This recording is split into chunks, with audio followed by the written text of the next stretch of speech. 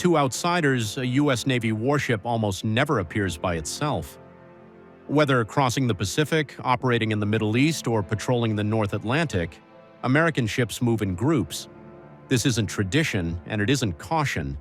It's the result of decades of real-world combat lessons, modern threat evolution, and a doctrine built around survival at sea. Modern naval warfare punishes isolation. Because threats are no longer one-dimensional. In World War II, ships worried mostly about surface guns and aircraft. Today, a single warship must defend against cruise missiles, ballistic missiles, submarines, cyber disruption, electronic warfare, and long-range surveillance, all at the same time. No ship, no matter how advanced, can counter every threat alone. That's why U.S. Navy doctrine evolved toward distributed roles. Destroyers specialize in missile defense. Cruisers coordinate air and missile tracking. Submarines hunt unseen. Maritime patrol aircraft extend awareness hundreds of miles beyond the fleet. Each unit covers a weakness of the others. This layered approach didn't come from theory. It came from studying real conflicts, near misses, and constant wargaming. Fleet operations are a sensor advantage. A lone ship sees the ocean through its own radar and sonar. A fleet sees it through dozens of sensors linked together. U.S. Navy task groups share targeting data in real time, allowing one ship to fire using another ship's radar track, or even offboard data from aircraft or satellites. This concept, often described as networked warfare, means detection, tracking, and engagement happen faster than any single ship could manage alone.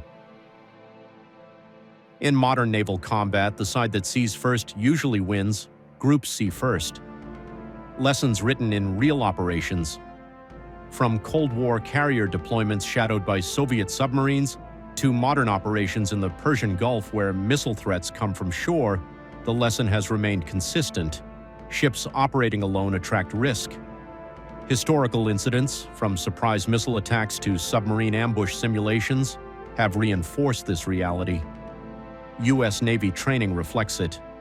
Major exercises always emphasize formation defense, coordinated maneuver, and mutual support. The doctrine didn't emerge from fear, it emerged from experience. Logistics shape everything. A warship without fuel, ammunition, or spare parts is just a floating radar tower.